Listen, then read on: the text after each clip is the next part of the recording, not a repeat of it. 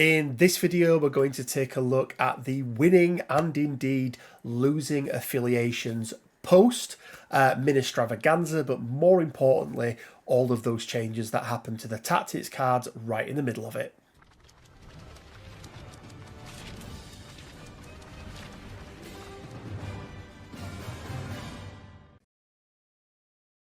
Hey guys, Rich from Rich Big Gaming. Hope everyone is doing fantastically well. This is going to be a post-MiniStravaganza breakdown, but not of any individual characters or anything like that, but we're going to be looking at the affiliations as a whole. We're going to be looking at the winners and losers, how one tactics cards can completely change the way that affiliations are played. And joining me to go through what I think is going to be a bit of a longer video is Mr. Quinn Duggan. Quinn, how the hell are you doing, sir?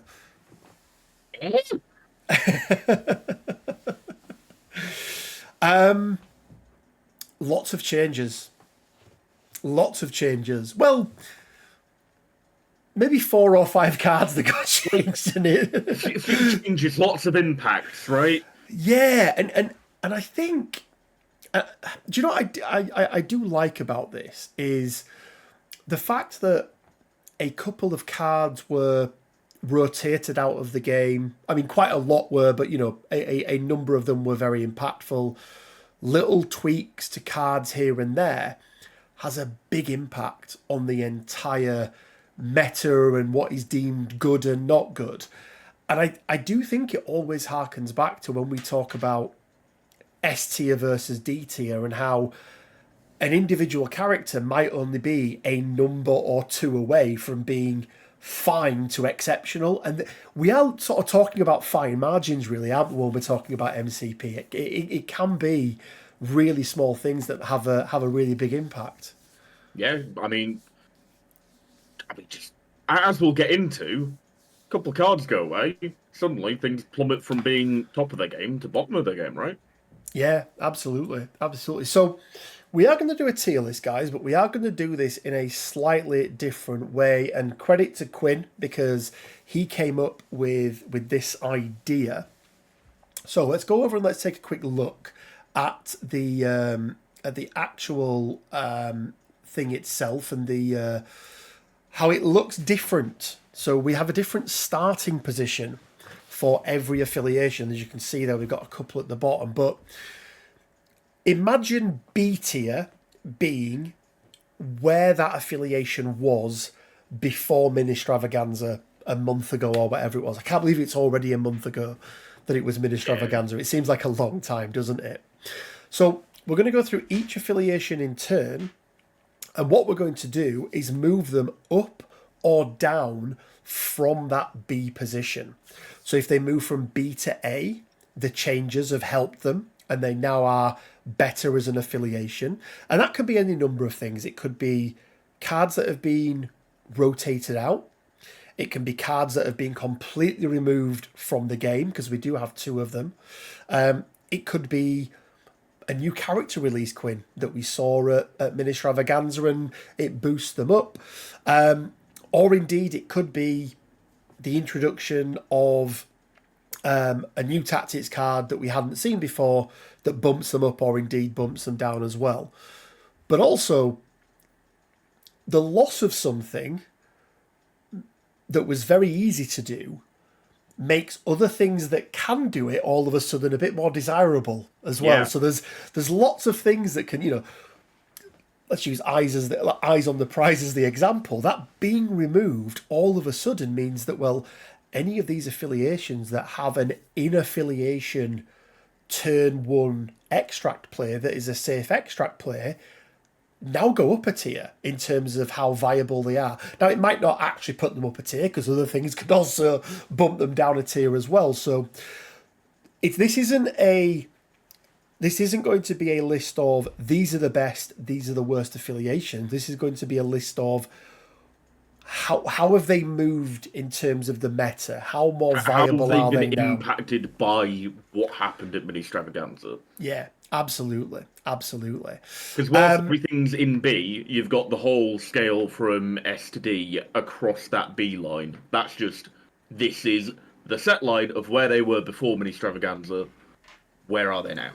Yeah, and we'll go through some specifics when we get to each affiliation and things that have affected them, but it is going to be things like Eyes on the Prize being removed. You know, we have seen, spoiler alert, Guardians of the Galaxy losing Crew of the Milano. Now, I don't think losing Crew of the Milano would have been that impactful, but you temper that with the Servants of Apocalypse coming onto the scene, and all of a sudden, Guardians, who looked like they were going to be a really good counter to Apocalypse, are now not maybe quite as good as they were beforehand. So there's lots of moving parts in this, but let's start out, Quinn.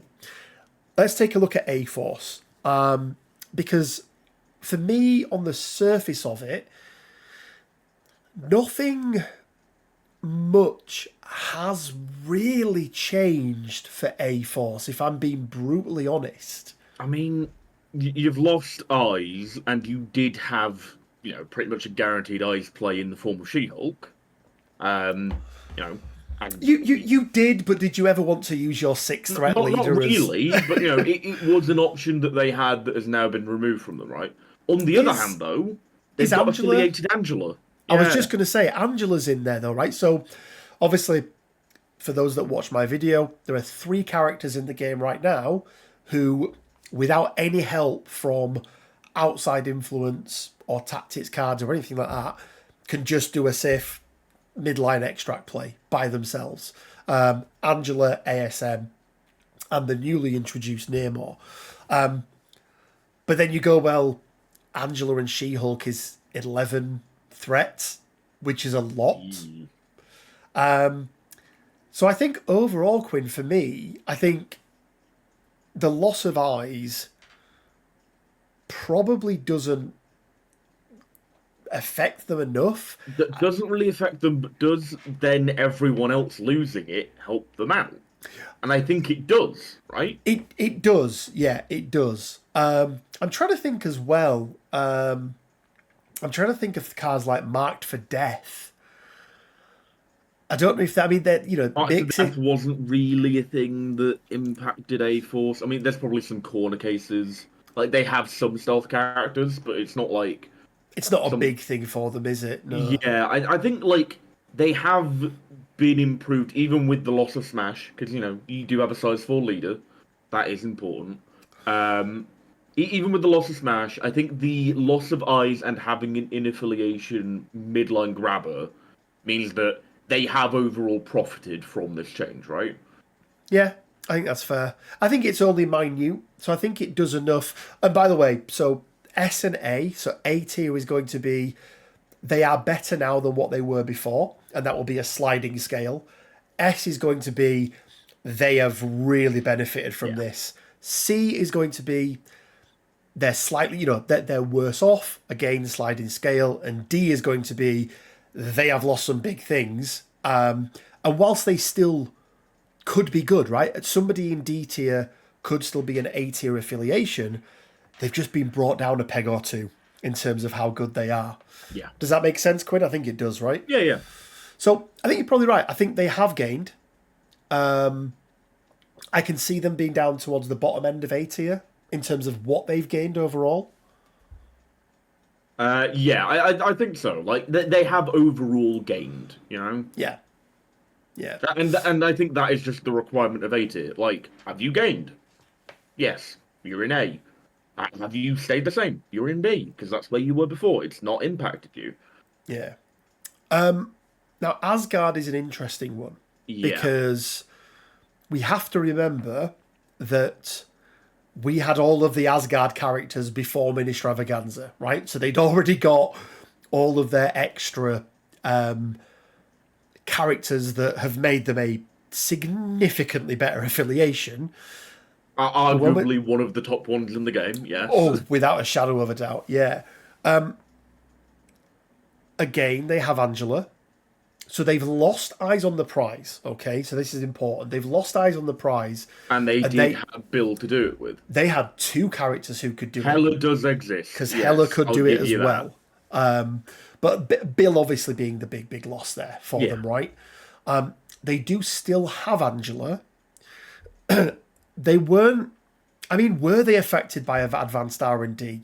Turning on those round one charges or throws on the Thors and the Valkyries and I mean, the thing I always think of is like, because I did have a period where I played a lot of Asgard, before all like the new stuff, and a lot of the time I found I just wasn't playing R&D because I'd rather walk up with Thor, throw a hammer, have enough for the charge next turn, you know. yeah.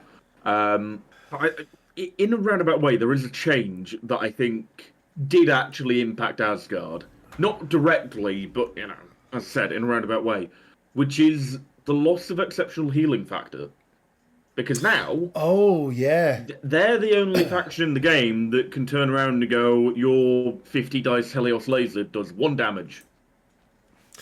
yeah. I mean, I suppose X-Men still have a way of reducing, but it's not a flat. But it's not a it's not a flat fixed to power. one. Yeah. Yeah. That is fair. So I suppose it's balancing that, right? So, the loss of eyes on the prize, and to some extent, because some people will play it this way, the loss of advanced R&D versus the fact that, hey, they still got Angela, who is, no slouch and is a great, arguably, one of the better midline extract players because she has that extra power as well, so she can do more things. And then the fact that, yeah, as you say, they're the only ones now who can just go, nope, that big attack you did does absolutely nothing. And in a world where, everyone is a lot more everyone, there are a number of characters in the game that were seen across a number of factions in the game that have now suddenly become far more susceptible to one-shots. Being the one faction that can turn around and go no to a one-shot is a big thing, right? Especially in an affiliation that has a lot of big hitting characters, right? Generally you're running a couple of 5s, at least. Sometimes a 5 and a 6 when you're playing Asgard. So losing them can be pretty brutal. So where do we have they? Is it a net neutral for them? Are they slightly ahead of where they were? Are they slightly behind? It's definitely a gain. Well, I think any affiliation that has one of those midline grabbers affiliated is now going to be in a position of gaining. It's now a question of how much have they gained, right? Well, have they gained enough to go into S? I don't think they've gained enough to go into S. No, I don't think they have. Again, taking the characters that were already there, because we saw nothing new at MiniStravaganza, I think they've done enough to get into A. I don't think they've gone... I think you need a little bit more. I think you need sort of... Because they do have some things that they've lost as well. Whereas some of these others, there's a lot of... purely gained. Have just purely gained. So I would say they go up to A, but I would say because they've got Angela and they've got the other things, then yeah, I do think that that's probably where they should be. Okay, Quinn, Avengers, interesting one. Because I seem to have been playing against a lot of Avengers lately in this new world.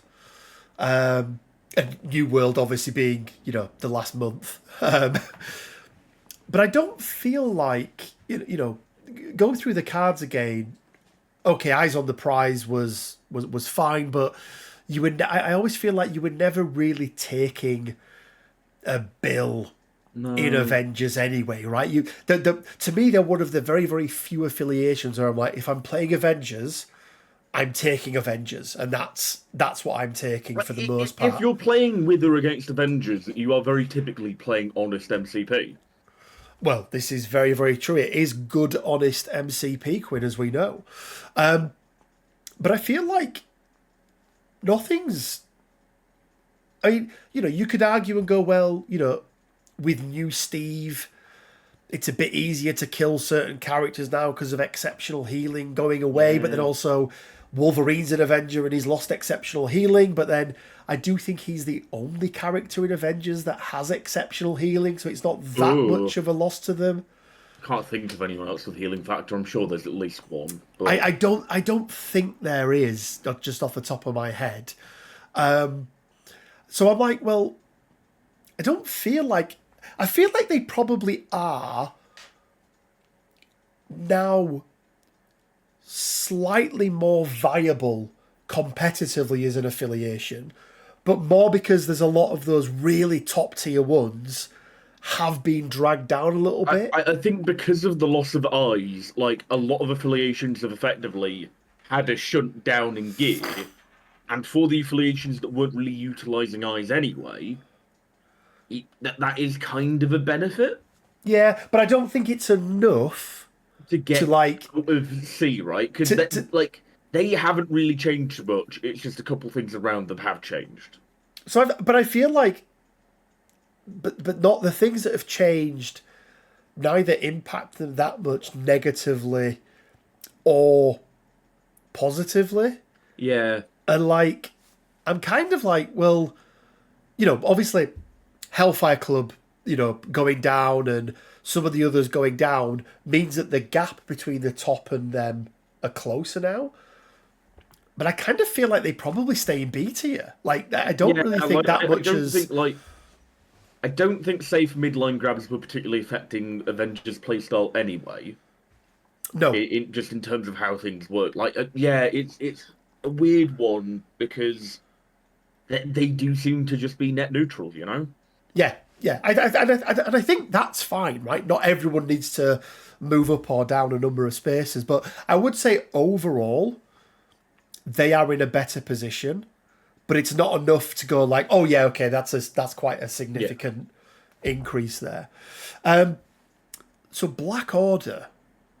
Now, I do think Black Order are in a better position, I and think it's they've gained quite a lot. and Yeah. it's because of two reasons. First of all, they want to murder things, right? That's what they want to do, and the fact that exceptional healing was so prevalent is number one.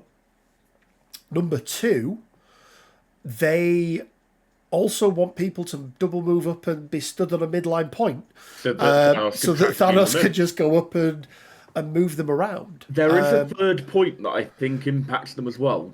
Marked for death. Mark for Death is important. I was thinking of something else. Oh, go ahead. Mission objective being gone now means that Yes. they can stall the points game more effectively against those grab stuff runaway affiliations, right? We've had this conversation, haven't we, a couple of times when we've been sort of, list building and like, because we'll often do this. Well, one of us will build a roster and we'll go to the other one, have a look through, what do you think? And we're both kind of like, as sort of attrition-based players going, Deadly Legacy Virus is all of a sudden one of the best extracts for us because they're midline, It's high threat mid line. There's only three of low. them. Very hard to get the like wombo combo off now without mission objective. Yeah, yeah. So I would say that Black Order have benefited quite a bit in terms of, and other affiliations losing things like mark for death, things that help them be more killy. There's still a world where Corvus and Proxima exist, and they spend 2 power or whatever it is and stop you from rolling dice. Which all of a sudden your Wolverine can't just go, well, actually no, I'm just going to take the 1 damage for that. So I do think they've benefited quite a bit, and I think they're probably. I don't think they've done enough to get into S tier No, because they've but had no they're the direct. winner. Yeah, they've had no direct. You now get this Whoa, whoa, whoa! as a thing. Does the Thanos cost one now? Neither of which are affiliated Yeah, characters. which makes no sense, but I, sure. I will. I will tell you another thing, Quinn, that has impacted Black Order, and it's a little bit like the whole Odin's blessing with exceptional healing, is deception. Now all of a sudden there are fewer characters in the game who have the ability to go to your midline extract taker and go, you're coming over here with me, especially turn 1. So I think that's something else that sort of bumps them up a little bit. The question is, I think we're sort of in agreement they're going to be in A tier. Are they better off than what Asgard are? Have they got enough? They've stood to gain more than Asgard have. I would agree. I would definitely agree there, I think. So yeah, I think overall. Brotherhood and Mutants, Quinn. They've had a new card. Well, I suppose one of their leaders has got a new card. I would argue one of the things that has hurt them is advanced R&D. Because I do think that was something that was played quite a lot. But they also have a very safe turn 1 extract play with Juggernaut and Mystique. The fact that, she lets you interact, not for free, but you pay it and then get your power back. Yeah. So they do have that, but it is costly, right? So it does cost more. For Magneto, okay, they lose another brace, right? With the exceptional healing, but again, there's not a lot going on there. You've got both Sabretooths affiliated. Losing exceptional does hit you as well. That does hit them from that side of things, yeah. Although I don't feel like, weirdly, Sabretooth is seen a lot in Brotherhood. No, I think you probably the one you see more likely is probably Apex Predator, and it's not typically in a Mag's Brotherhood. I don't think. No, which is the one I would argue the two of us are most familiar with, right? Oh, definitely, yeah, definitely. Although I have played quite a bit of Mystique now as well, but I think overall, Quinn, losing Deception is such a huge. Losing Deception is. It needed to happen for the health of the game, but the thing they got given in replacement was basically a slap in the face, as was the exceptional replacement. Yeah. Now, they do have other things as well. So, mission objective has gone, but they do have a Toad, right? Toad is in affiliation, so... But I think the loss of Deception is probably enough into itself to bump them down into that C tier. Yeah. In terms of they have lost quite a bit. I think you can quite comfortably turn around and go, they are a loser of this game. Yeah, right? Absolutely. Not the game of MCP, but the game of winners or losers. Winners or losers from MiniStravaganza. Yeah, definitely. Cabal. Now, they lost a couple of cards, but only for characters. So we lost Aim Lackeys on Murdoch, which I used to play quite a bit, but a lot of people didn't. Most people didn't. But I would say the big loss for Cabal was probably the Age of Ultron card, which, does it make Ultron unplayable? I think it definitely makes OG Ultron. OG Ultron is in in an alleyway in a cardboard box feeling sorry for himself, hoping his work colleagues don't walk past. Yeah. I still think newer Ultron is viable, but now you look at it and go... He's still got a bow, he's got throws, he's got some tech to him, but I think he's going to be seen a lot less. Oh, 100%. He's not going to be splashed everywhere like he was before, most definitely. But obviously that doesn't affect Cabal because they weren't being splashing, but equally... It probably means his play rate is going down across the board, right? Including in Cabal. Absolutely. I'm trying to think if there were any, sort of direct benefits to Cabal. Cabal killing things. Eyes is gone, but that's a very. Did they have an eyes? I don't feel like they had an eyes play. They probably did have one. Well, was Ultron their eyes? Was Ultron their eyes play? Ultron isn't an eyes play because Ultron doesn't give himself two He doesn't power. give himself a power. Yeah, Arguably, Malekith is an eyes play. Ooh. nobody's playing. It's a bit like She-Hulk, right? Yeah. Great, you can do it, but do you really want to do it? So yeah, I mean, I don't know. Again, it feels like Cabal because they were, I would say Cabal were a B minus C tier affiliation overall. Yeah. It feels like they're probably slightly better off on the one hand because everyone else has come closer to them, but then losing Age of Ultron Yeah. probably keeps them where they are. Like, It's either keeping them where they are or like they're in one of the less affected C category, right? yeah, Like they have lost something. Like for me, B tier is you haven't lost or gained anything really, whereas Cabal haven't gained anything because everyone is having that like eyes yeah. reset. Yes, it's not a thing they use, so arguably you can see it kind of as a gain because other people But they lost something also they don't use. they also don't have their own extract play, do they either? They don't have their own extract play, so they're not gaining value in that regard, and then also they're losing a card for one of their better pieces. I Yeah. think that is enough to drag them down, but I think they've suffered less than Brotherhood. Yeah, I would say even though Brotherhood had the eyes play, Deception was so big, wasn't it? Yeah. So yeah, okay, I'm okay with that.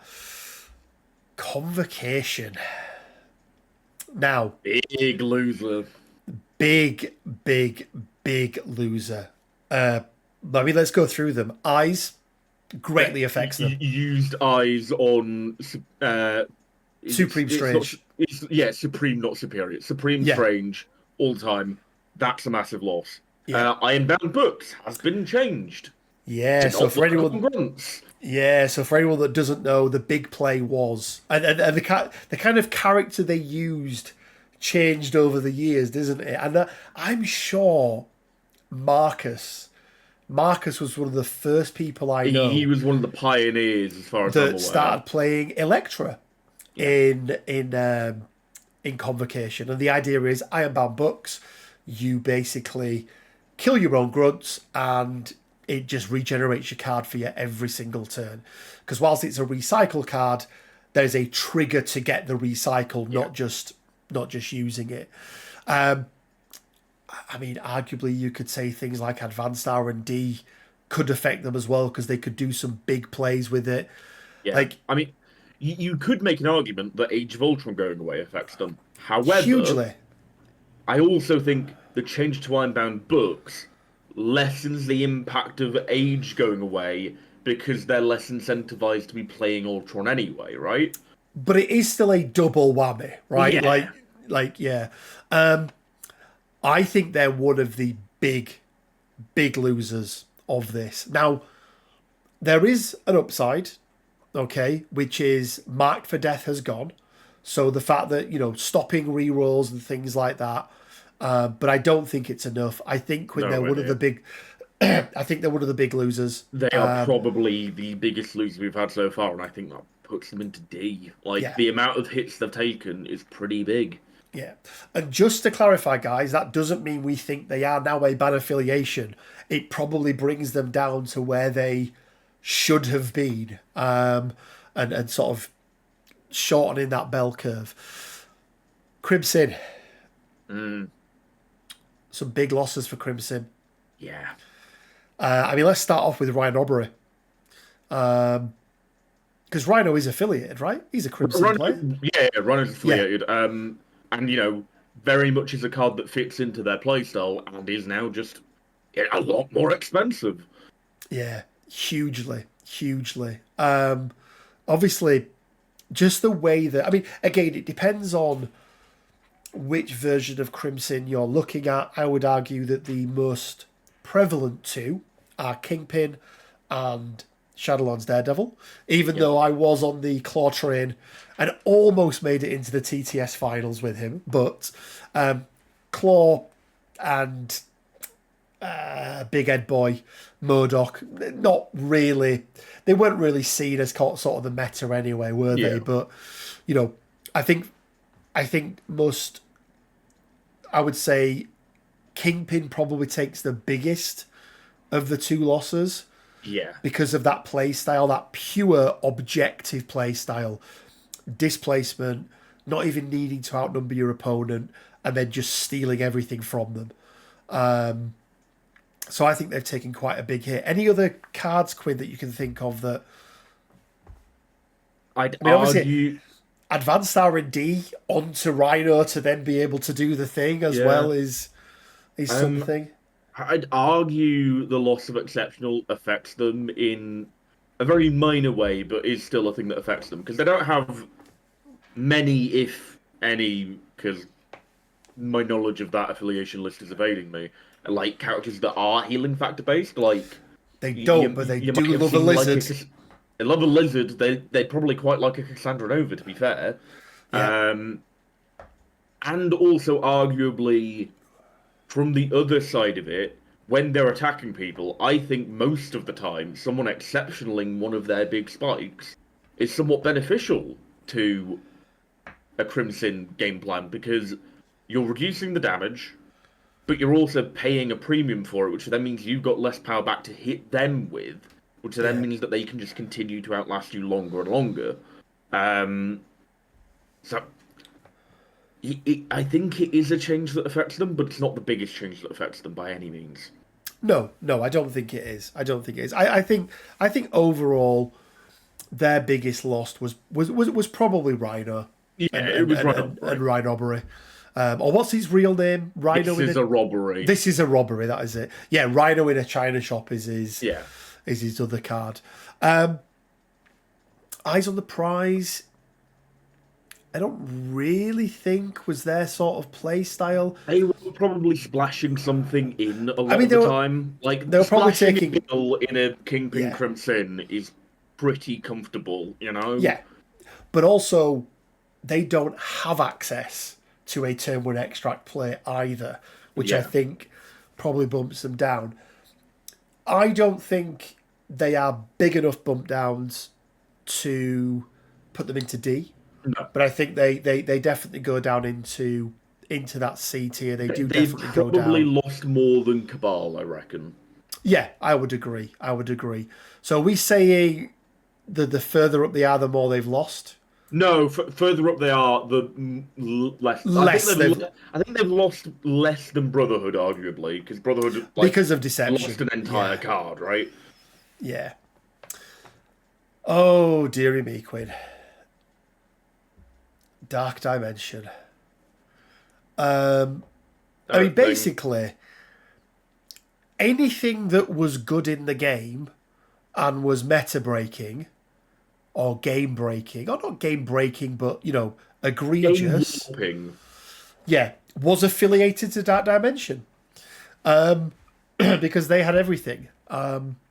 They also lost Smash, which is the big. one thing that made their leader playable for a turn.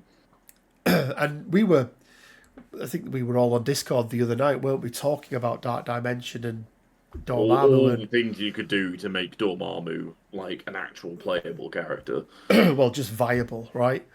So you have to look at it and go, well, everything affects him. Like, there's two affiliations here that are affected by cards more than any other, and he is affected by them quite a bit. So I think he's a loser. I do think Dark Dimension. He's 100% like Dormammu is 100% a loser of this. It's mainly a question of quantifying how much they've lost, right? Yeah, and for me, when you don't have a lot in the first place, you've got less to lose, right? I think that's probably where they are. Equally, if you've got next to nothing, the little you have being taken away from you becomes even bigger. Yeah, it becomes even bigger. And now a lot of the plays that we talk about to circumvent Eyes on the Prize and things like that, they are reliant on more expensive characters, using a tactics card, and he costs a lot. He can't really afford to be taking a couple of 5 threats with him to do stuff. For me, Quinn, I'm looking at it and going, probably sits somewhere in between Crimson and Brotherhood, or either side of Brotherhood. I'm thinking somewhere between Convo and Brotherhood, and it's a question of whether it's C or D. I mean, all of those safe plays that you had with him have gone, and arguably, Dormammu. Let me flip this around. Dormammu had more eyes on the prize characters than any other affiliation in the game. Because any medium-based, medium-move character could use it. I think, Still don't think it's as big a loss as Convo, but I think it is in that D tier. It's a big hit. I only just really thought about that then, of like, everyone is not everyone, but any midline. You can take Ronin, you could take, I'm trying to think of another medium-based character. Lizard. Or is Lizard on the small base? No, Lizard's a medium. Like, so many characters. The odds of him being a small base are incredibly low. This is true. Yeah, this is true. Okay, Quinn. Defenders. Another one that's a bit... I'm not sure. Have they... I think Defenders have had a massive game. Yeah? Two of the 3 characters that can do midlines affiliated. Oh, yeah. Do you know what? Pretty huge. Yeah. Also, for the Strange and, for the leader side of things, people not having as many safe extracts anymore means that they can start pulling people in to get the crap beat out of them. Yeah, he's another one of those characters that can do that, isn't he? That omnidirectional advance on his builder, of all things. Or Daredevil doing the baton, right? Or Daredevil with the baton as well. Yeah, good point. It's a big thing to just be able to go, you're now in my half of the board, and that means bad things for you. Also, being able to threaten a midline with Namor. Give him the power of Wong. He can threaten. You take Namor, Wong, and ASM. ASM goes first, grabs a midline. Namor's on the other one, just going, go on, take it, see what happens. And if they don't, you've just got extract superiority. Boom. Yeah. Yeah. You just mentioned his name there, Wong. Advanced R&D doesn't exist anymore. And yes, there are a couple of affiliations that can give out power and things. But Wong's a 2-threat that can do it. Which, we could have said for Convocation as well. Let's put that in there because he is part of Convocation. But Ironbound Bucks was a big loss, right? Let's just... Yeah. Defenders. I think it's a very big glow up. I think this is an S tier level glow up, to be honest. I'm trying to differentiate the 4 new characters being, new Black Panther, Namor, Shang-Chi, and apparently a Silver Sable, from the other stuff. And even without them, they gained a lot. I mean, equally, we are factoring one of them in, but it's not because they've been released. It's because they exist and something has been taken away. No, they do. But I'm just sort of trying to not just base it compared to what the old ones were like versus now. It's like purely MiniStravaganza, and I think, they're in a good spot. Yeah, I think they're in a very good spot. They are, and I would say taking ASM and Namor and just going flank, even if you're going second, arguably better if you're going second, because both of them can get up and do trouble, cause trouble as well. Like you say, Namor, I don't know about ASM causing trouble. The only person he causes trouble for is me. He did roll really bad against me the other night, didn't he? 10 dice and 11 dice, 3 damage between them. It was great. about 7 skulls between them as well into Loki. Mm. Are they our first entry into, these guys are in a much better position? I think they have to be, and I think they're probably going to be one of the only entries into S tier. I think there's a couple of others that can make their way in there as well. I do think there are a couple of others. Guardians. They've lost a couple things. Well, Eyes on the Prize Bill, obviously affiliated. Huge for them. Absolutely huge. Crew of the Milano. Yeah. As I mentioned, in isolation, fine. With everything else, big. Especially with Apocalypse being around now. Yes, Daughters of Thanos has gone down in cost. And I do genuinely believe, Quinn, that is a card that will see a lot more play now for one power for each character. But I do think they are... I still think they're very good as an affiliation. But they are definitely a loser. They're not as good as they were, right? No. Because that's the thing we're quantifying. And I think they've lost less than Cabal, to be honest. I do agree. I think in balance, I do think they have. And they're still a force. I think they're probably about here. Yeah. Is about right for them. Oh, dearie me. Well, it's not quite what we wanted, Quinn, but at least something happened. I mean, what I wanted was for Hellfire to be an actual affiliation instead of whatever the fuck AMG gave us. This so, is you true. know, I can't have everything I want with, like, you know, one of the only mutants I fucking like. So what's happened? Well, let's talk first of all, Quinn, about their card being restricted. Yeah. Which, on the surface level, feels really harsh, but then actually, absolutely not.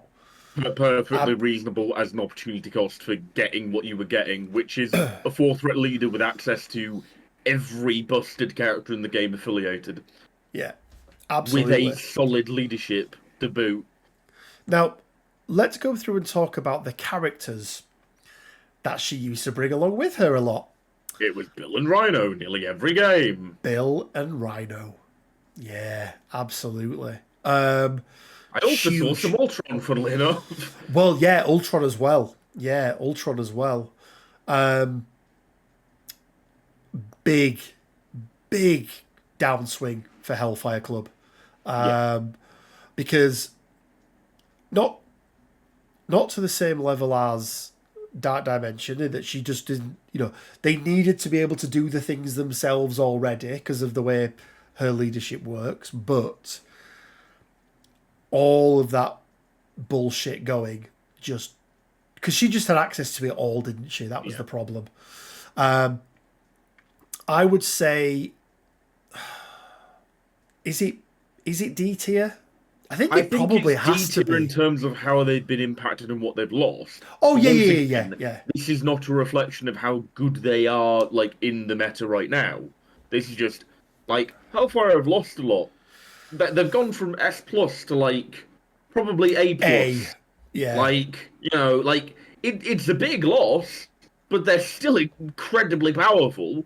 Yeah, absolutely. Is it more or less than Convocation? It's less than Convocation. Convocation have taken a hit that took them from, like, maybe A minus B plus down into, like, the depths of C. Yeah. Like, Convocation are now at the stage they were upon immediate release, where no one knew any of their tricks, because now their tricks are gone. And Convocation on immediate release were not very good. No, it took a while, didn't it? It did take a while. Are you happy with them sort of in between? So not quite as bad as Dark Dimension. Yeah. Yeah. No, not quite as good as Dark Dimension.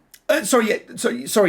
Yeah. Their Dark Dimension's losses weren't quite as bad as Hellfire Club's. Yeah. Your boys, Hydra. Yeah. How are you faring over there, Quinn? Quill? Who's Quill? Peter Quill? Who's that? I don't know. If Phil and Quinn ever had a love child, it'd be called Quill. Isn't Peter Quill? Fucking Star-Lord. He is Star-Lord, yeah. Yeah. Yeah. Apparently I'm Star-Lord now. Your name's Quinn. Apparently it's Quill, according to you. Some kind of porcupine in your mind. Um, Hydra have taken a hit. Because one of their leaders, healing factor. Well, I also loved running them with X-23. I was just going Because to of say, scientific method. And I think that was a very strong way of playing them. You know, I mean, I have played an event with them since the changes. okay, I did go undefeated in that event. However, it was a team event, so I was able to try and configure matchups that were, at the very least, not unfavorable to me for the most part. yeah. Yeah, they've taken some hits. Exceptional's the big one because it just massively reduces the overall resilience of your characters. They have gained a little bit in terms of the Guardians matchup being better for them now because there's no Crew of the Milano. Yeah, they've lost, but I don't think they've lost too much. I was going to say the other way as well. In a world where we're seeing a lot of newer characters have a lot of things built around conditions. Yeah. And They've gained some splash fodder. Also, Eyes going away was a big thing for them because Master of Hydra was very much an Eyes on the Prize player.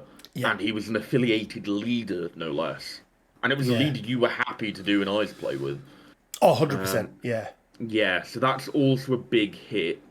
I think in the immediate fallout and aftermath of MiniStravaganza, they are in a worse place. However, I think the future looks relatively bright for them in terms of what they possibly gain. I think that's fair. I do think that's fair. I would say their losses probably aren't as bad as Guardians. Exceptional was a very, very big hit. I'd say it puts them as a slightly bigger loss than Guardians, but not as bad as Cabal. Versus Eyes and Crew? Yeah. I mean, our Eyes is a non-factor because we both lost it. Crew is... Yeah. How often were you playing Crew and Guardians? I know, but most other people did. I played Lovable Misfits. Yeah, over Crew. That's the better card. Well... It is, let's be honest. It's the most fun card. It's Avengers Assemble most of the time you play it. Well, yeah. So we think about there, yeah? I think having a massive hit to both a leader and one of your main splash picks in terms of exceptional, and getting that piss poor replacement, it makes it big enough that it's a bigger hit than what Guardians took. Okay, I think I'm okay with that. Inhumans. Now, Inhumans got a huge boost in MiniStravaganza because they got a brand new character box. Unfortunately, we know nothing about them, so they can't. It kind of can factor into a little bit because we know that they are coming. They're finally getting models after like 3 years. Yeah, I know, right? But let's think about, cards that affected them. I mean, Advanced R&D they didn't care about, right? No, with that leadership, Advanced R&D was the last thing you were thinking about. It was an absolute nothingness card to them. Eyes was. Eyes very much was because they had the power transfer to make any big base, medium base, viable as an Eyes target. With Ronan as an affiliated one as well. Ronan affiliated, a lot of the time they played Bill anyway because Bill's just universally good. Yeah. Mission objective doesn't really affect them. You could make a very minor argument that Mark for Death going is a good thing because they all have a reroll. Yeah, they no longer turn off their rerolls. It's kind of a non-factor, really. But I'm mentioning it for the sake of mentioning it, so no one goes, actually, it doesn't really impact them too much. No, I think it's probably fair to say that Eyes going away as it is for almost, not all, but almost every other affiliation, is probably their biggest hit. Yeah, and because they had access to eyes on pretty much any like target that Dark Dimension had for eyes, it's a bigger loss than, the general loss everyone felt, right? Yeah, yeah, absolutely. I think they could even do it with Lockjaw turn one because he can Yeah, because teleport Lockjaw can himself teleport three, themselves. Yeah. which is huge. Having a a three cost be able to do that He's pretty big. is pretty darn good. So I would say that they have probably lost a little bit, Yeah. but not. But it's quite. I'd argue it's offset, but like compared to how like minuscule the loss is, the light at the end of the tunnel of we're getting new releases at some point probably just counteracts it and leaves them in the middle. Yeah, they are also. And actually to counter the prize argument, they can also a lot of other characters who can. So outside the big three, right? ASM, Namor, and Angela. Anybody else who needs one extra power to be able to do their thing, Yeah. they can also enable as well. Yeah, like in a world where R&D doesn't exist anymore, the faction that can give anyone they want an extra power is actually, they're in better standing than most. Yeah, and I don't know if that balances out, if that makes them slightly worse off. I think it balances them out, just because, like, yeah, the changes have in some ways directly affected them, but it doesn't feel you don't feel affected by the changes as an Inhumans player, I don't think. No, and I think you can still do everything that you wanted to do before. You just do it with different characters in a slightly different way. And actually, maybe not even using a tactics card to do it. So maybe freeing up that slot and making you take somebody else. So are we keeping them where they are? Is that what we're saying? I'm saying keep them where they are. I think that's probably about right, isn't it? B for Blackagar Boltagon, come on. B for Blackagar Boltagon, indeed. Midnight Suns. Ooh. They got a new character I guess. as part of MiniStravaganza.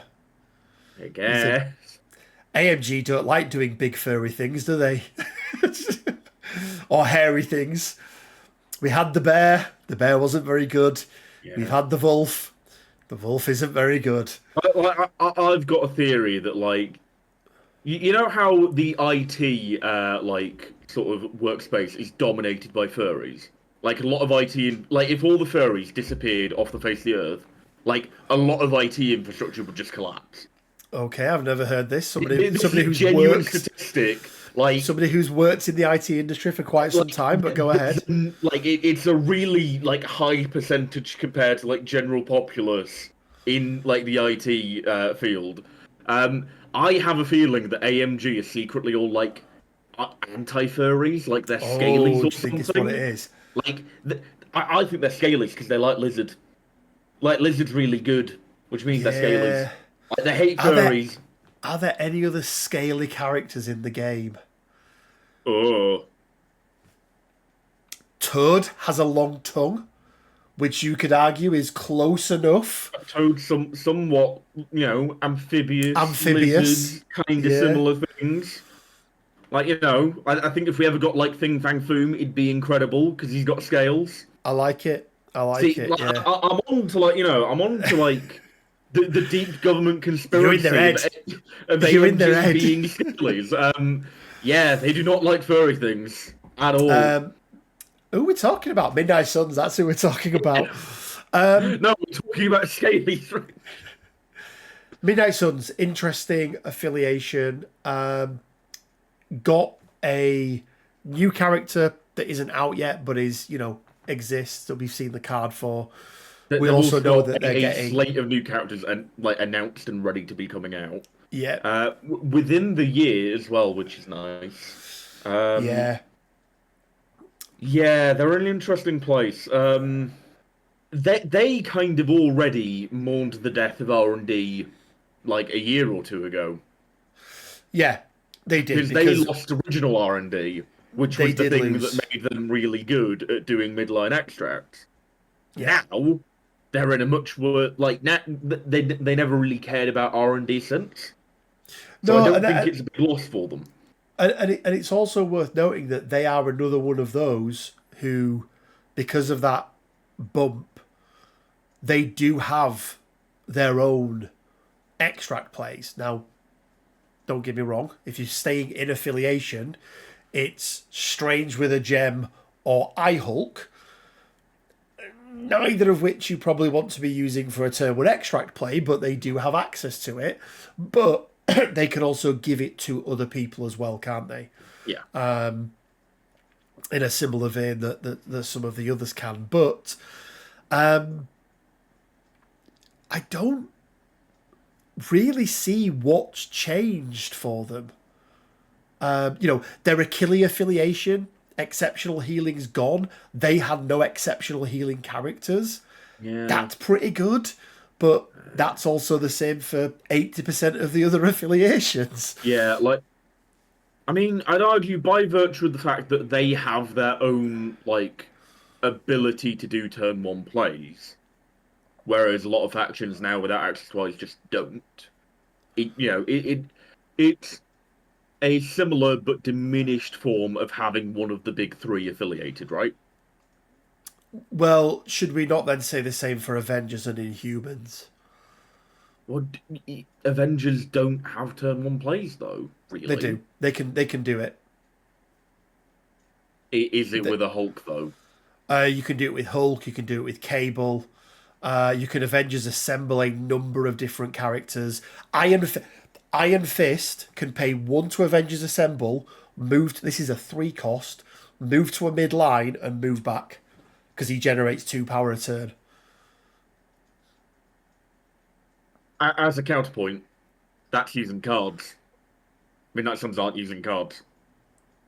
That is true. Yeah, that is true. Yeah, if you want to spend your Avengers Assemble on a midline grab, then probably should be playing Avengers. But having the ability to do that innately within the affiliate, just by virtue of playing the affiliation, I think is different to then having a way to tech into it, right?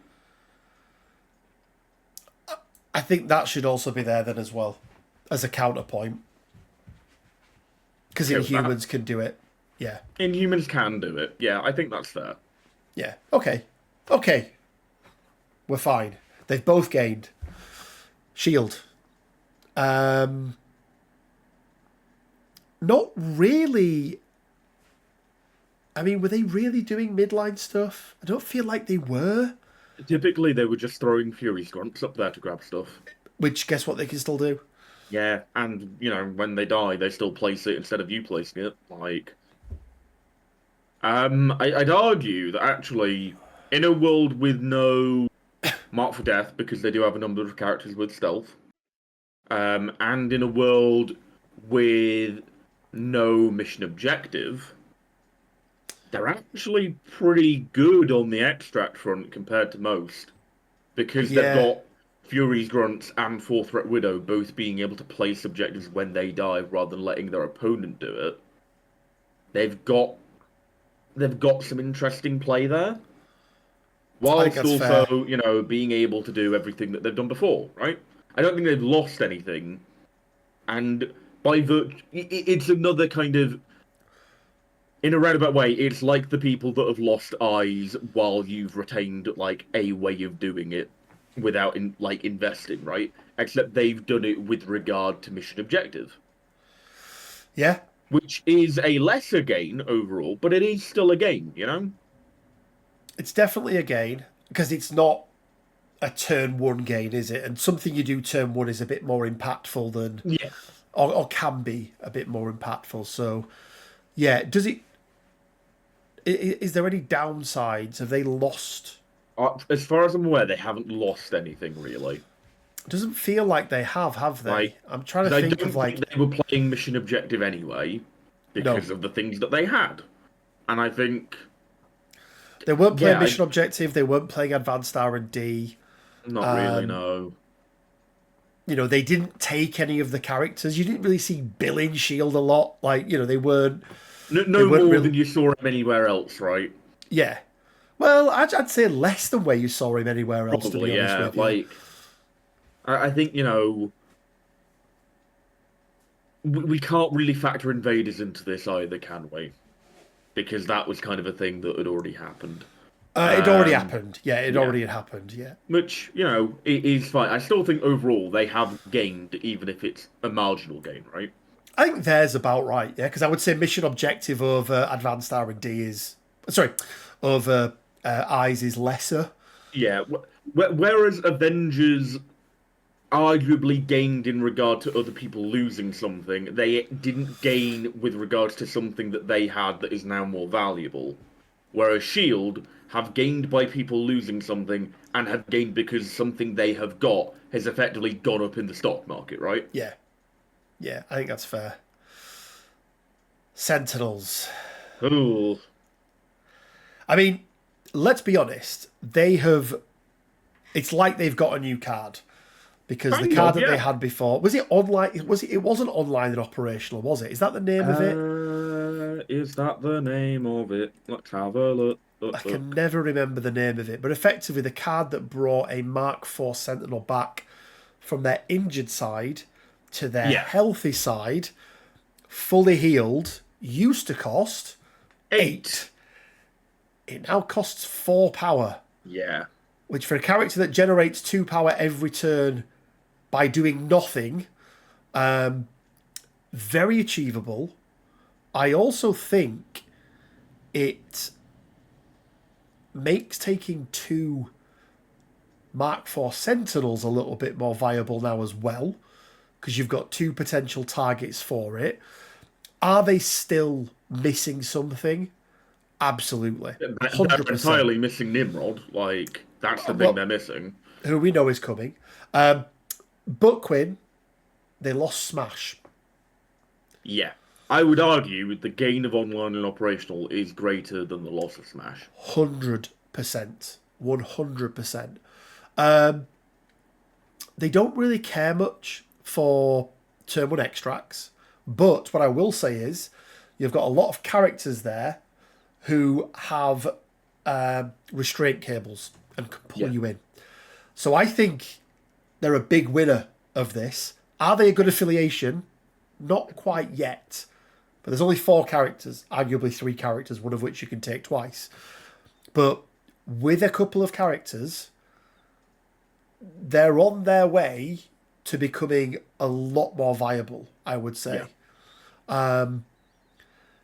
How high up would you put that viability? Or not that viability, but that gain? I mean, they've gained and lost, so I don't think they're an S tier, because defenders did nothing but gain. No, they're not. They're nowhere near S tier. But I think they're up towards the top end. Not the top end of it. A slight reevaluation of A tier, because some things have gone on there without a proper discussion. I think A4 should be at the bottom of A tier. Yeah. And I argue Sentinels are above A4s. Oh, see, I would say they've gained more than... halving the cost of a card that brings a character back. Yeah, but losing Smash as well. But eyes on the prize going away, those restraint cables being more viable. I'm curious to see where on A you want to put them, and then we can have a bit of an argument if I deem it incorrect. I'm feeling that they are kind of in the middle between Midnight Suns and Inhumans. I would argue to put them just behind Inhumans, because in my mind, Inhumans and Midnight Suns are on a level playing within that field of A, because we put them there for the same reasons. That's so fair. Therefore injecting something in the middle of that is really weird, ground to be on. I'm okay with that. I am A-okay with that. Okay, Quinn. Spider-Foes up next. Let's get the obvious one out of the way. Well, I would say 2 obvious ones. Lizard losing healing factor. Is the losing exceptional. Sorry, exceptional. Is the lesser of the two, I would say. Rhino losing Rhinobery, obviously affiliated. But he, like, of the places where Rhino was affiliated and seen most common, I think Spider-Foes were the one that cared least about robbery. I agree. I would also argue they have their own version of what's it called? Mission Objective. Their plans? No. It's one of the new cards. I had it played in that event where I played Hydra. One of the London lot played it against me. I was like, "What the fuck is this card? I've never heard of it." And like, I think it's when one of your characters gets attacked, you can just give an objective to someone else within 3. And I was like, you can do. "Oh, I can't kill Lizard for that. Whatever the hell we were fighting, paranoia anymore." That's the one. Sad. Yeah. Yeah, and also it's not a Spider-Foes card, but it's an affiliated card. So OG Doc Ock with Green Goblin, well-laid plans. Everybody drops stuff, right? It's like it's Rhinobery on steroids, or it can be. I'd also argue that the affiliation as a whole has a lot of people that can do midline attacks round 1. Therefore, Eyes Going Away is a benefit. Well, let's also talk about the fact that you're a Spider-Foes player and you come up against somebody with an Angela and they deploy Angela there and you go, "That's really cute. Guess what I'm putting on that objective?" It's not Spider Tracker, is it? What's it called? Traps. That's the one. Sinister Traps. Spider Tracker is the Web Warriors card that should not exist because it's stupid good. Yeah. I think they're in a pretty good spot. Nice rounded out affiliation of characters. Lots of movement shenanigans. Good couple of choice of leaders. Not, like you say, losing Rhinobery doesn't.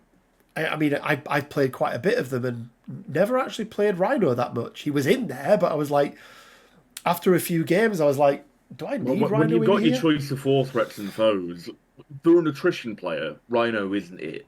No, not at all. So I actually think that they're in a pretty good spot. Yeah. And whilst they don't have their own turn 1 extract play, they can ruin your opponent's ones. Yeah, which I would argue is better. I don't know if it's better, but it at least puts them on parity, right? So I'm going to say they're definitely in A tier. And they might be above Midnight Suns for me, Quinn. I'm happy to agree with that. No, argue me. God, this is content, Quinn. You've got to argue with me, and then we've got to... Your face is stupid, and your Ray-Bans glasses look shit. Cool, thanks. I think big winners of this, Spider-Foes. Especially with all the new characters they've got as well. So, yeah. Oh, look, it's the faction that does extract jank without eyes. Multiple ways as well. Yeah. Every leader can do it. Storm has her own way. And then you can do it with somebody else in a different way. Yeah, they were all, and this is the problem, Quinn, they were already very good. Yeah. I would say the only downside to them is that they've got a couple of good characters who have lost access to exceptional healing. Which, I would argue that if we were to break this up into each leader, Cyclops lost out. Storm gained. Charles is probably in the middle.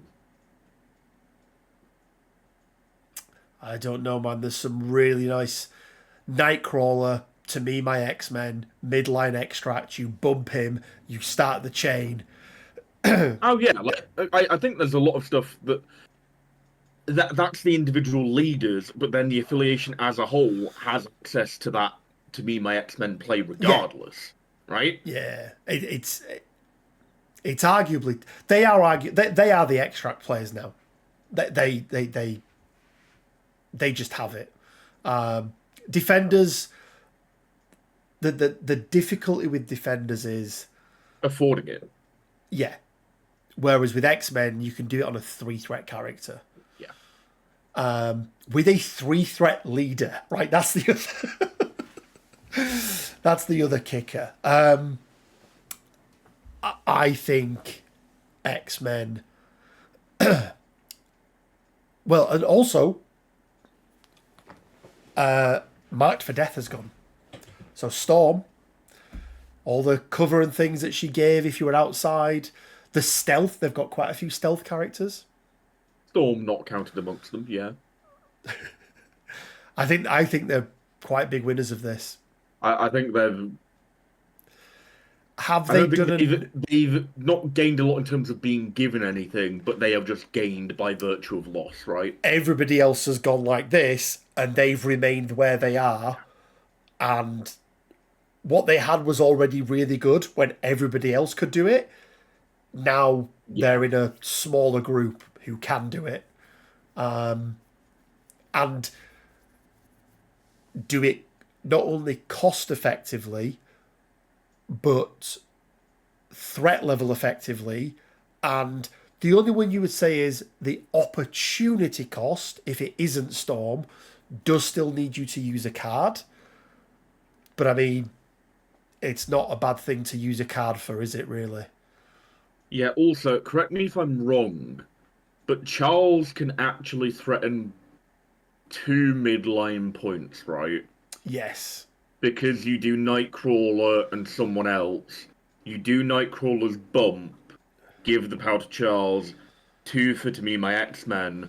You move 2 people forward to then threaten and go grab one with Nightcrawler. The other one's then threatened by, like, let's say Kitty, right? Yeah, exactly that. Yeah. Yeah. They're in a really good spot. Pretty gross. I think they've got to be up there with Defenders, right? Like... Yeah, and what I will say is, I think over all gains, because Defenders lost nothing. Yeah. I'm going to put them behind Defenders.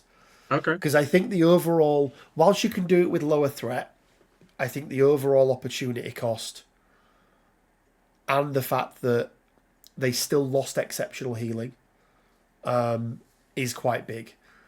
But it's still, their stock has gone way up. I would make one argument to change it, right? Okay. Just for the sake of argument, put X-Men just above Defenders for now. Okay. And I'll explain why. Fire away, Quinn. And I believe this is a degree of bias within ourselves, which is, I don't think we fully factored in that, we're not actually counting the new releases for Defenders, because we played a lot of Defenders ourselves in the past few weeks, and we've been playing a lot with those new releases. I think that does impact our thinking, whereas if we're looking at it just from the perspective of MiniStravaganza... But all those new releases were out before MiniStravaganza. Exactly, and I think we've been factoring them into this decision-making, unconsciously. Okay, yeah, maybe. So I would argue that in the interest of not allowing bias to come through, even if it's subconscious, I would shift Defenders down as a safety precaution. Well, and also, let's just add to that. We did see potential new X-Men characters. I really hope they're not X-Men. I hope mutants are allowed to be in stuff that isn't X-Men. Yeah, I agree. I really do hope that, but I reckon Charles Xavier could be in New Mutants. I'm not going to lie, because that's just... I'm calling bullshit on that. Because if he's in it, then Mags is in it, and it's like, what the fuck is Mags doing there? Wakanda. Now, I think Wakanda have had a huge loss. Now, I have been slapped in the face. I have been a big advocate of this being removed for a long, long time. I've made more than one video on it, which was all around the spirit of Wakanda and advanced R&D. And it was utter bullshit. And they've lost it. Completely lost it. And I don't think they're in a bad spot. I think they're perfectly fine. That card can still do good stuff. They can still turn that card on with a Wong. But it is... A team threat is a much greater opportunity cost than a restricted card, right? Absolutely. So advanced R&D going is obviously the big loss for these guys. Yeah. Big loss. You can argue all of the other same things that we've done with everybody else, but, that card going is a huge loss for them. I think... Is it that impactful that they are down in the depths of D? I think it probably is. I think in terms of what they've lost, it's a huge loss. It's a necessary loss for the health of the game. Yeah. But it is huge from where they were to where they're going to be. The changes have been drastic for them.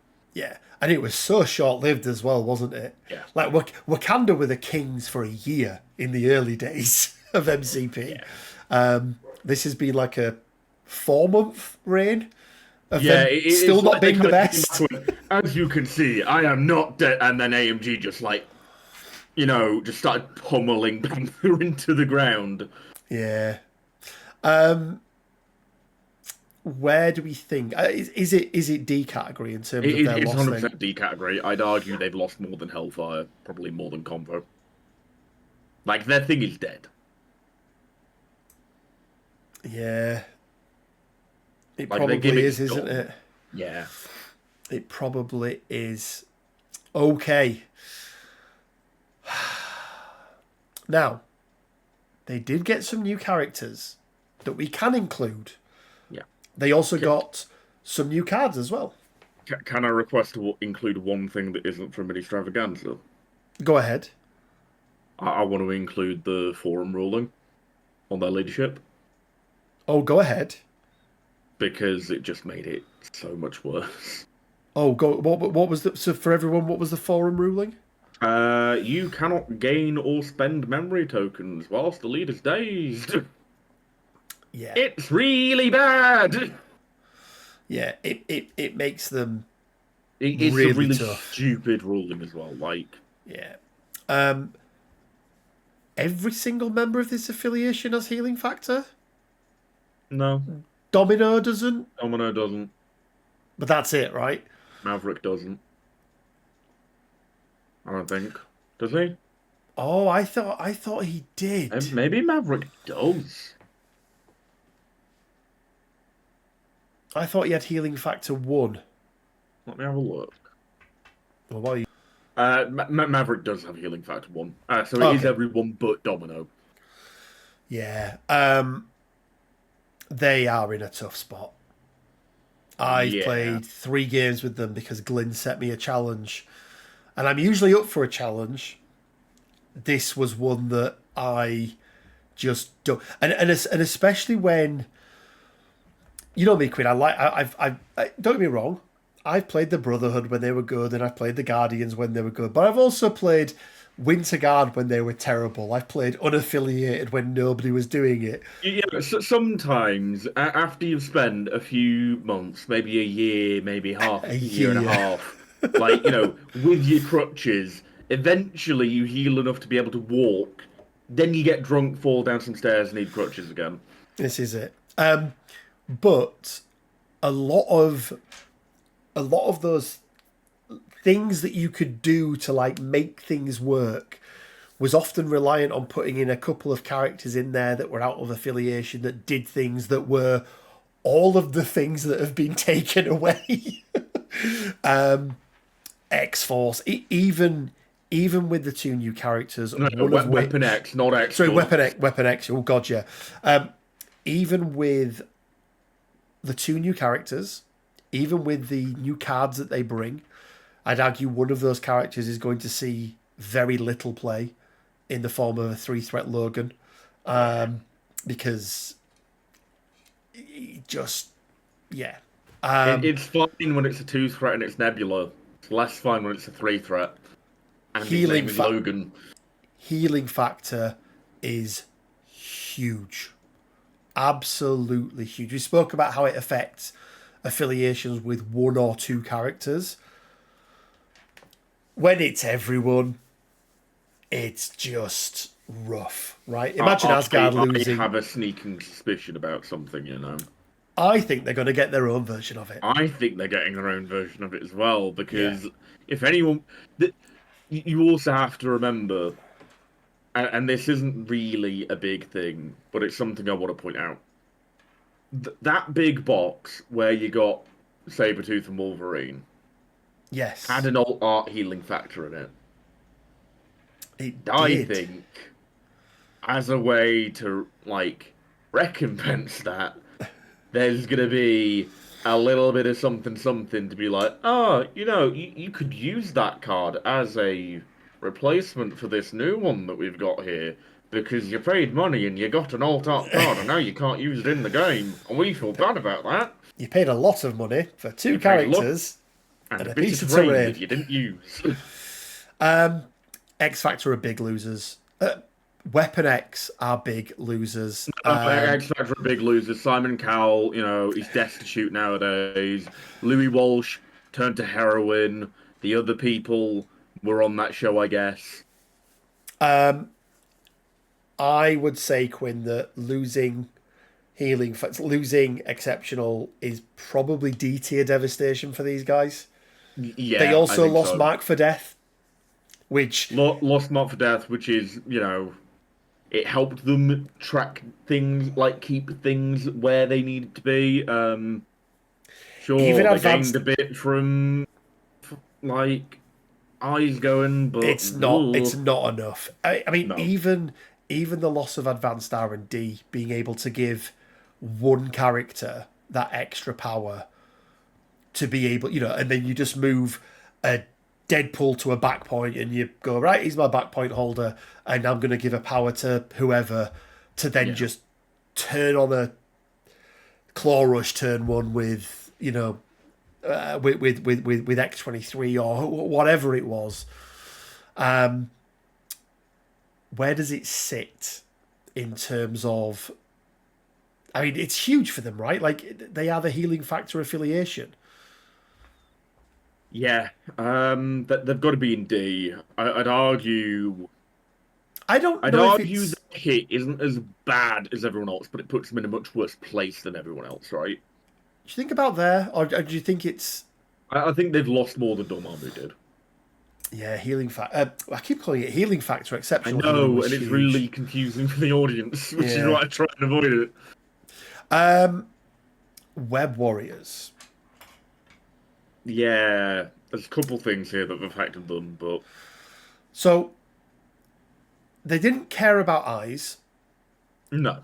Because they've got ASM, and they do have a card that I really want to investigate a little bit more, Quinn. Especially with the release of the 3-cost Peter Parker, is whatever it's called. The Go Get 'em Tiger. Go Get 'em Tiger. Which is a great turn 1 play with 2 characters, like really good. Go watch the video if you don't know what we're talking about. I think Advanced R&D hurts these guys more than anything else. Advanced R&D was a big hit. Mission Objective was a big hit. However, they gained a lot in one specific place, which is the loss of Mark for Death for everyone else. Yeah. Because it was the Web Warrior counter card. It was the card that you put in your roster to deal with that matchup. And now that it's gone, I am fearful of what webs are going to be like unchecked.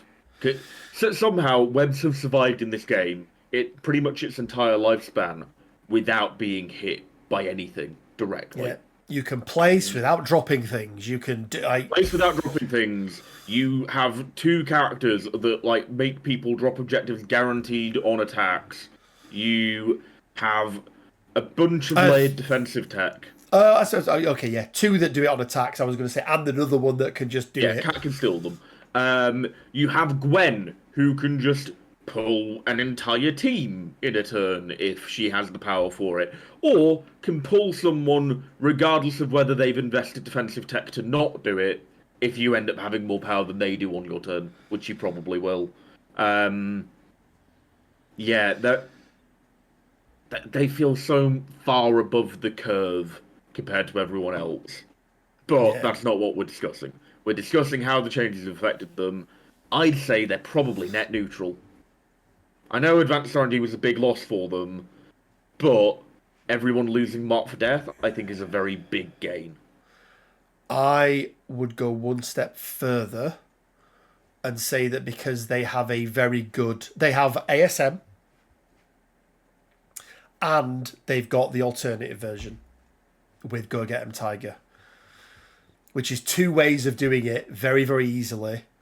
Now you can... Sorry, no, you're thinking of Cat and the Spider. Cat and the Spider, not Go Get 'Em Tiger. Yeah, no, Cat and the Spider, yeah, that's definitely a thing for midline extracts.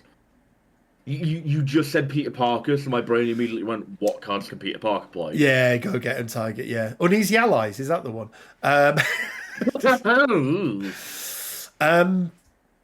Yeah, I think Web Warriors are going to be a menace. I mean, they always have been. They're just going to be even more of one. Now, I dread the day that pack with Miguel comes out. Because, like, dearie me. It's going to be... I'm going to go play Shatterpoint for a while when that comes out, I think. Where do we think... I think overall I think they're in a better position now than what they were. Because they have multiple access to things that other people do not have anymore. Multiple access to that, and one of their biggest counters is just gone. That going is huge. Like, it's not a card that even needed to go. Like, it's just felt like AMG were pruning cards for the sake of pruning cards, and just inadvertently created more of a monster in the form of Web Warriors. But I do think they've lost as well. I think that's, advanced R&D is not into that S tier column at all. I don't think. I feel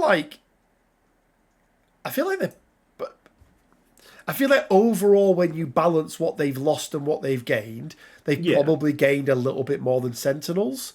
But because Inhumans and Midnight Suns kind of didn't really lose anything, I feel like that's about right. Yeah, I think that's fair. Oh, Winter Guard. I'll let you talk about this, shall I? They were just getting good. Yeah, Advanced R&D is probably the big one, Quinn, for Winter Guard. Yeah, you played it pretty much every game with them, right?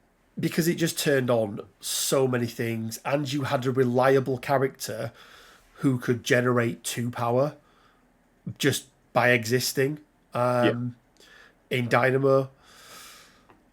And then you would then take all of the characters that you wanted to take, right? If there was midline extracts that you cared about, you would take a Bill. Or guess what? You could just take a Ulik and he could do the same thing. Yeah. Or an Angela. Like, there was so many things you could do with it. I think they've actually... I'm looking at it now and really struggling to see how to make them work. Because I did sort of go back and revisit them. I don't quite think it's D tier level in terms of their losses, because it's kind of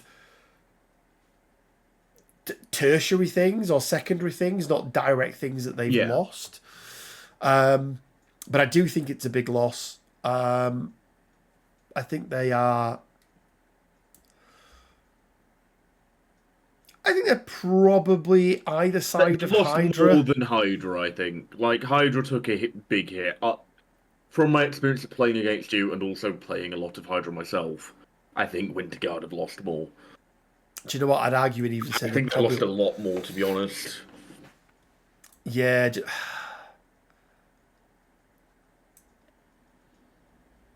Probably about there. Feels about right. I think that's fair. Yeah.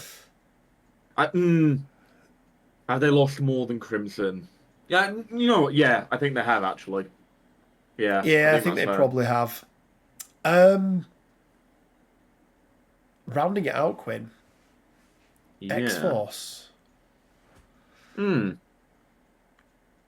Like, Feels like they haven't really gained or lost anything. I mean, you could argue healing factor, but that's fine. Like, exceptional healing. Jesus, I do apologize to everyone. Just Exceptional healing. generally, just Just generally for being generally, you. yeah, just Yeah, fair. generally. I mean, that apology's a long time coming, Rich.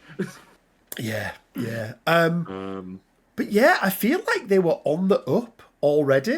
I don't know if you got the yeah. same thing It, from it, it, it but felt like they were on the up with the release of Bishop. They got some new cards. Like, I don't think anything that happened in MiniStravaganza really affected that. Like, yeah, you lost access to Exceptional, but I mean, you you could say that if Maverick is in there, like he could be a extra thing for them, but I mean, I could see Maverick being affiliated. Like, tell I you would what, think so. if we go off the basis that Maverick's affiliated, I think that cancels out the loss of Exceptional. Yeah, You know, and lose a I think the card, loss gain a of except, character. and I think the loss of exceptional wasn't that big for them anyway. No, I don't think so. Like, I'd argue that actually you could spin it into a positive for them because they're a killer affiliation. Yeah, Like, you know. well, they're definitely attrition focused, so I think I'm kind of okay leaving them where they are. Yeah, I think it's interesting that the two affiliations that haven't moved are Avengers and X-Force. Yeah, Avengers, you can sort of say, well, they're that big of an affiliation that pros and cons were probably going to balance each other out Yeah. because there's just so many of them. But then X Force, I just think, yeah, not really much changed.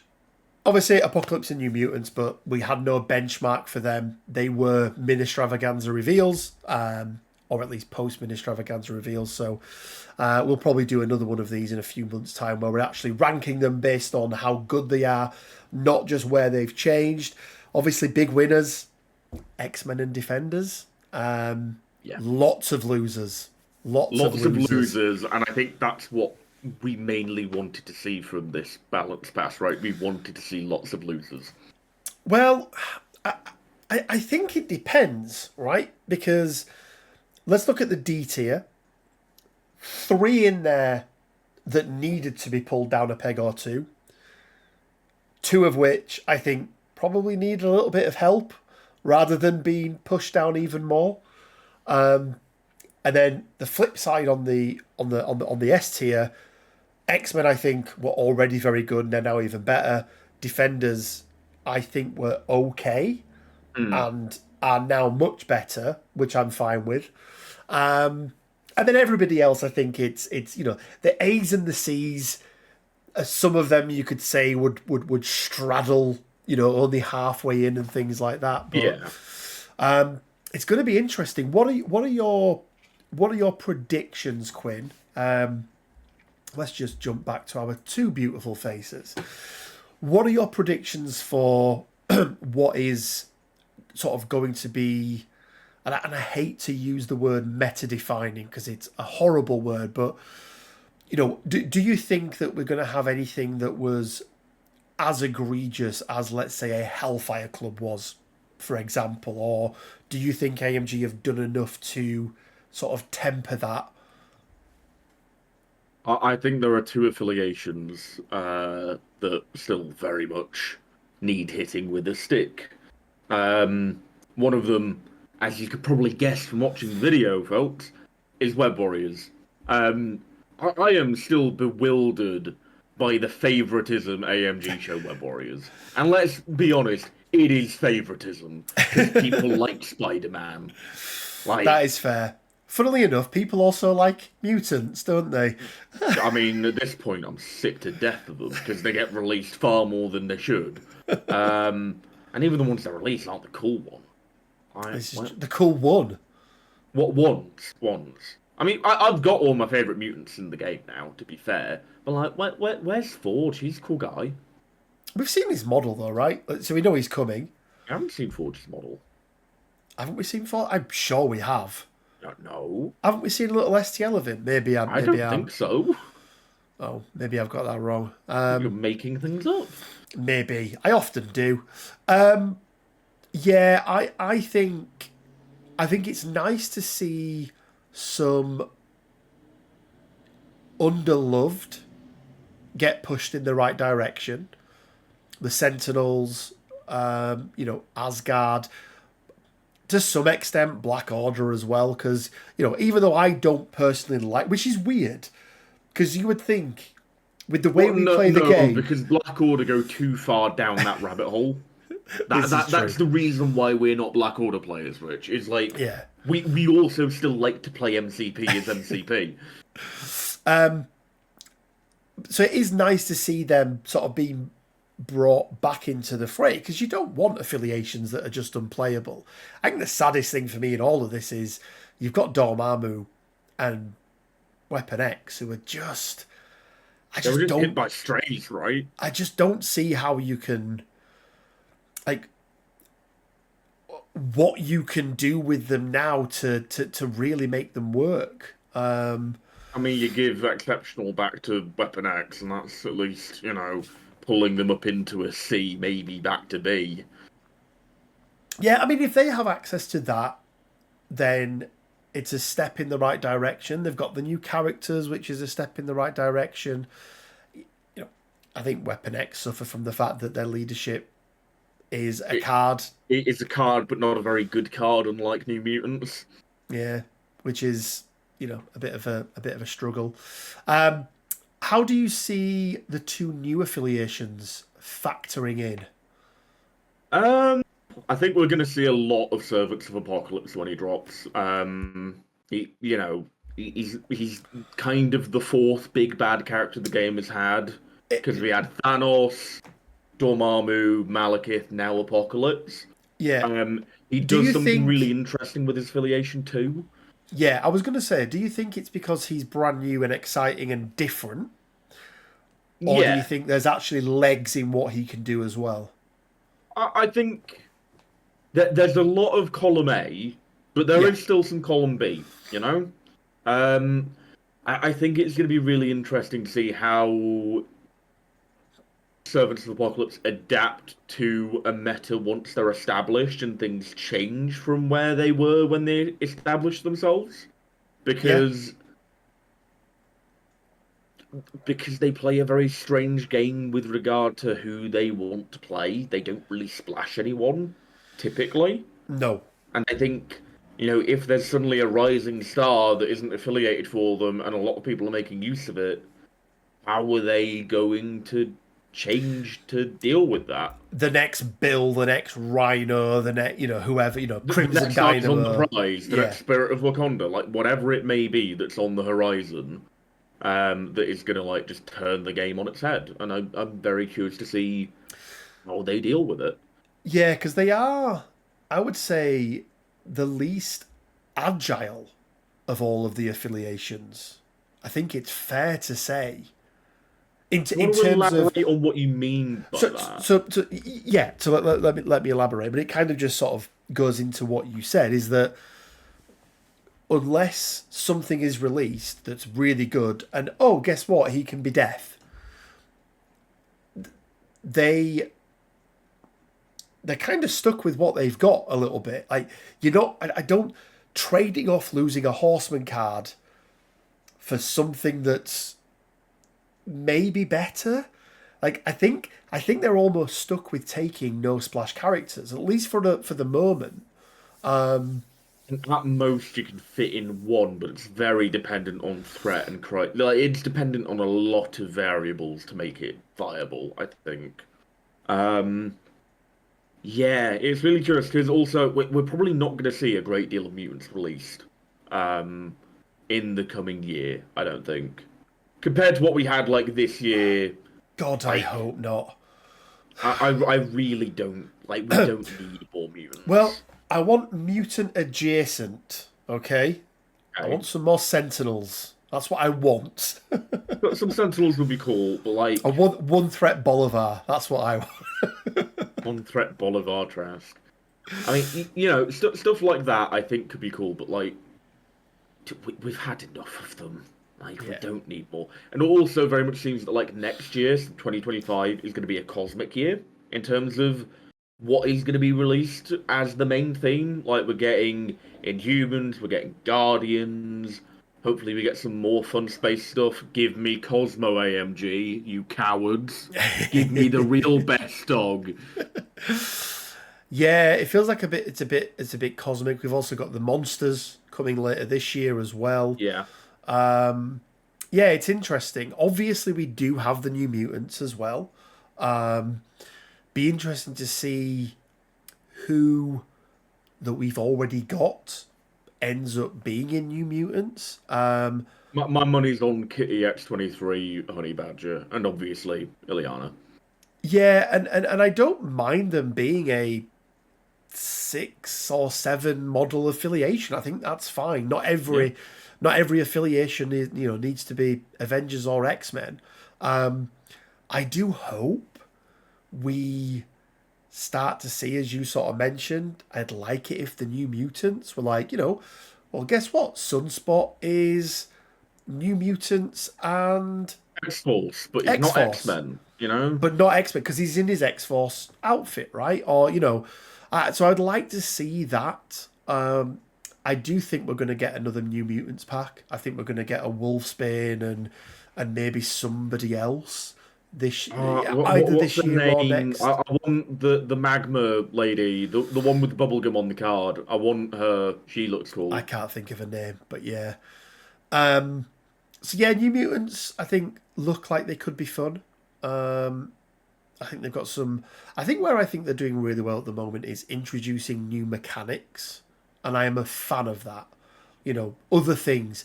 All of a sudden, people have got these other resources that they generate Yeah, they got themselves that their are own their resource own, mini and game. Yeah, which I think is quite nice.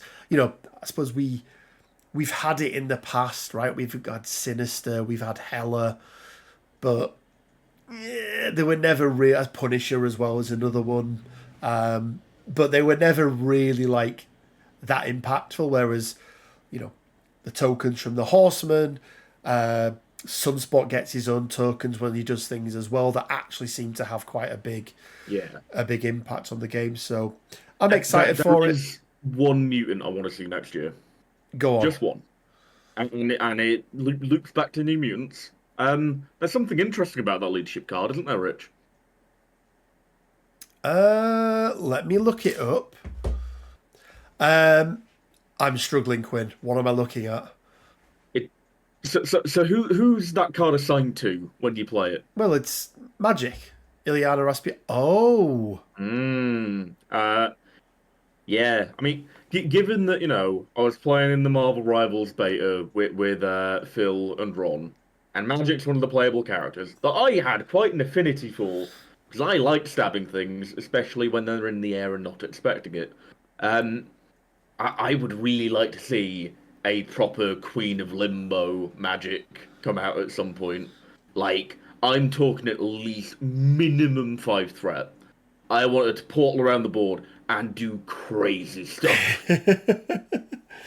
I mean, it does open it up at least. It does open it up for the fact that any future magic could be the leader as well, which is always nice. I do like that leadership. It's so Like, good. Like, it's it is really, really good. it's so good, so good. Yeah, I mean, especially for her calling over Big Brother, right? Um, that's quite a Calling nice her way. Big Brother, or just being like, have an X-23 to the face. Yeah, there is that as well. Or have a honey badger. She's going to make you hit you on the second one. Now X-23's in your face and moving towards you. But we will do a deep dive. Obviously, when New Mutants are released, we will do a deep dive on them. But yeah, I'm overall, Quinn, I'm fairly happy with the changes. Yeah. Couple of them make me sad. Very happy about most of them. And I think the game overall is probably better off for them. I think it's a lot healthier. Like, I've actually started playing the game again, which should tell you that the changes were at least somewhat affected. We've had some. Oh, hello. Don't know what happened there. We've had some. We've had some fun games as well. Trying out different things. Terrible ones from dice perspectives as well. Yeah, you've lost quite a few, haven't you? But then equally, Yeah. you've battered me with Asgard as well. Yeah, that's just because Asgard like me. Turns out Asgard really like beating up Apocalypse. Say Asgard, you mean Thor? It's mainly Thor. Yeah, it's mainly Thor. Cool. We're gonna leave it there, guys. Hopefully you found this interesting. A slight variation on the tier list. Just remember, guys, that's not their placings. That's whether they've gained or lost. As I say, we're probably due to do a tier list for each of them at some point, Quinn. It's probably been, well, it has been over a year. So it's getting harder now, though, right? Like, 2 threats are easy still. There's not been any new ones. Oh, let's rank all the 4 threats. Ooh. It has been the year of 4, hasn't it? Apart from Fantastic. Yeah. It would have made so much sense as well, because it would have been 4th and, like... Shucks. But there we go, guys. Hopefully you've enjoyed it. I want to give a big shout out to all of our Patreons and our YouTube members. Thank you so much for supporting the channel. You make it that much easier to do so. If you want to become a Patreon supporter, you can do so from as little as £1 a month. Link down in the description below. Or hit the join button and become a YouTube member. But you don't need to do any of those things. Just simply liking, commenting, subscribing, sending Quinn Maltesers. All goes a long, long way to helping run the channel and keeping Quinn fed. So if you could do any of those things, it really, really is appreciated. Shout out to Leodis Games, the sponsor of the channel. They just make it much easier for me to be able to get all the things that I need to get with prizes and other such things. And we're running a Shatterpoint event there in the not too distant future. I don't care about that. This is an MCP video. I know, it's an MCP video. Check out the Discord, all sorts of events and things that are going on there. And as always, guys, it leaves me just enough time to say stay well, keep safe, and until next time, bye for now.